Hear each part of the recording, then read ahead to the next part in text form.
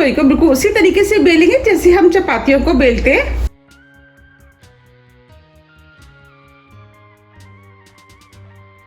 देखिए ये हमने लोई को बेल लिया है। अब मैं आपको पास से भी दिखा देती हूँ। देखिए हमें लोई को इतना पतला बेलना है। अब हम इसे प्लेट में रख लेते हैं।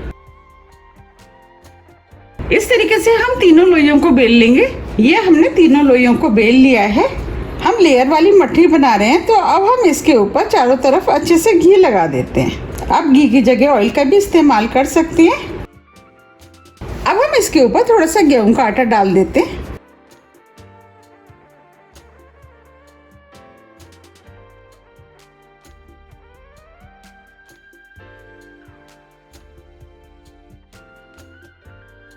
ये जो हमने 3 लोई बेली थी उसमें से हम एक को ले लेते हैं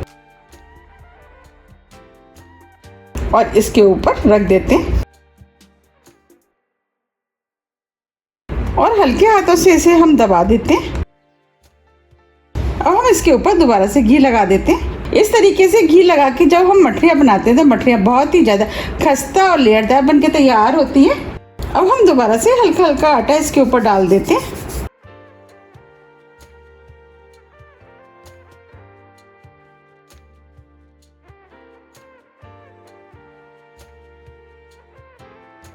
अब हम इसे भी ले लेते हैं और इसको भी हम इसके ऊपर रख देते हैं और हल्के हाथों से दबा देते हैं, जिससे कि इसके अंदर जितनी भी एयर होगी वो निकल जाएगी। और दोबारा से घी हम इसके ऊपर लगा देते हैं। बस हमें घी को हल्का हल्का ही चारों तरफ लगाना है। अगर हम ज़्यादा घी लगाएंगे तो बाहर निकलने लगेगा। अब हम इसके ऊपर भी आटा डाल देते हैं।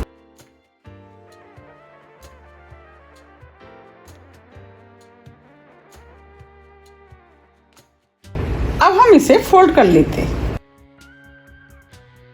हमें इस तरीके से टाइट हाथों से हमें इसको फोल्ड करना है।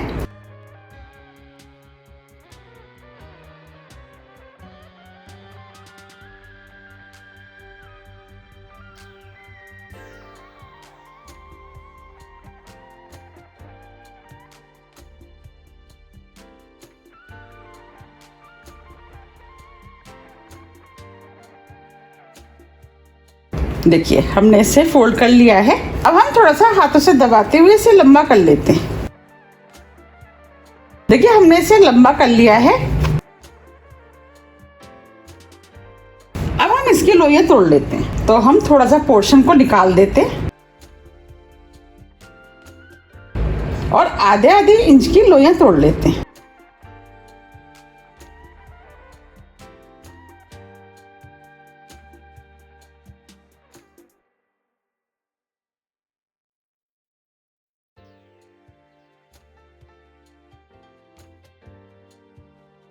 और इस वाले पोर्शन को भी निकाल देते। अब मैं आपको पास से भी दिखा देती हूँ।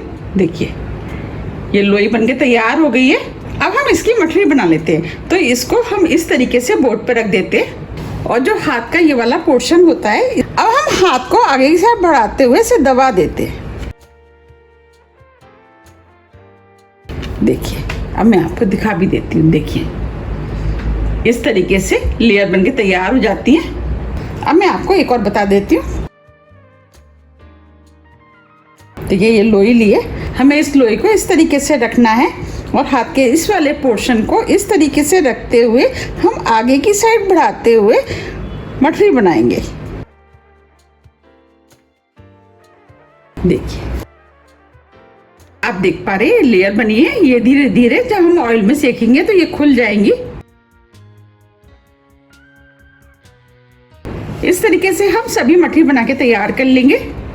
ये हमने सभी मठरी को बना लिया है। अब हम मठरी को फ्राई कर लेते हैं। फ्राई करने के लिए हमने कढ़ाई में ऑयल गरम करने के लिए रख दिया था। अब हम ऑयल को चेक कर लेते हैं। तो अब हम इसके अंदर थोड़ा सा डो डाल देते हैं। देखिए डो में हल्के हल्के से बबल्स आ रहे हैं, इसका मतलब ऑयल गरम हो गया है। हमें हल्का ही ऑयल गरम चाहिए। अब जो हमने मठरियाँ बनाई थी वो हम इसके अंदर डाल देते हैं। जितनी मठरियाँ कढ़ाई में आएंगी उतनी मठरियाँ हम कढ़ाई में डाल देंगे।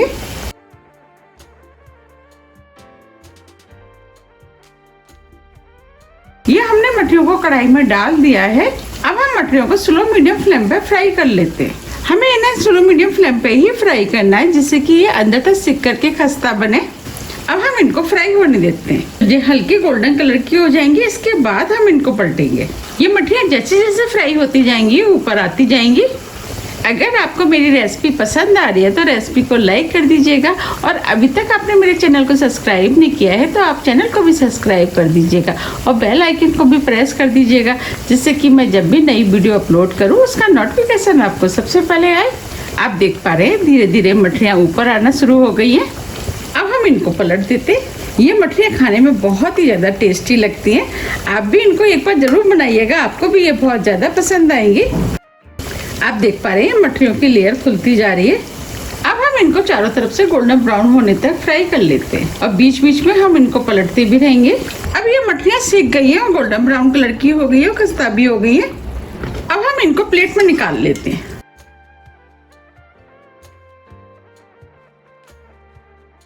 तो इस तरीके से इसके अंदर जितना भी एक्स्ट्रा ऑयल होगा वो निकल जाएगा। और आप सुन पा रहे हैं ये क्रिस्पी हो गई है।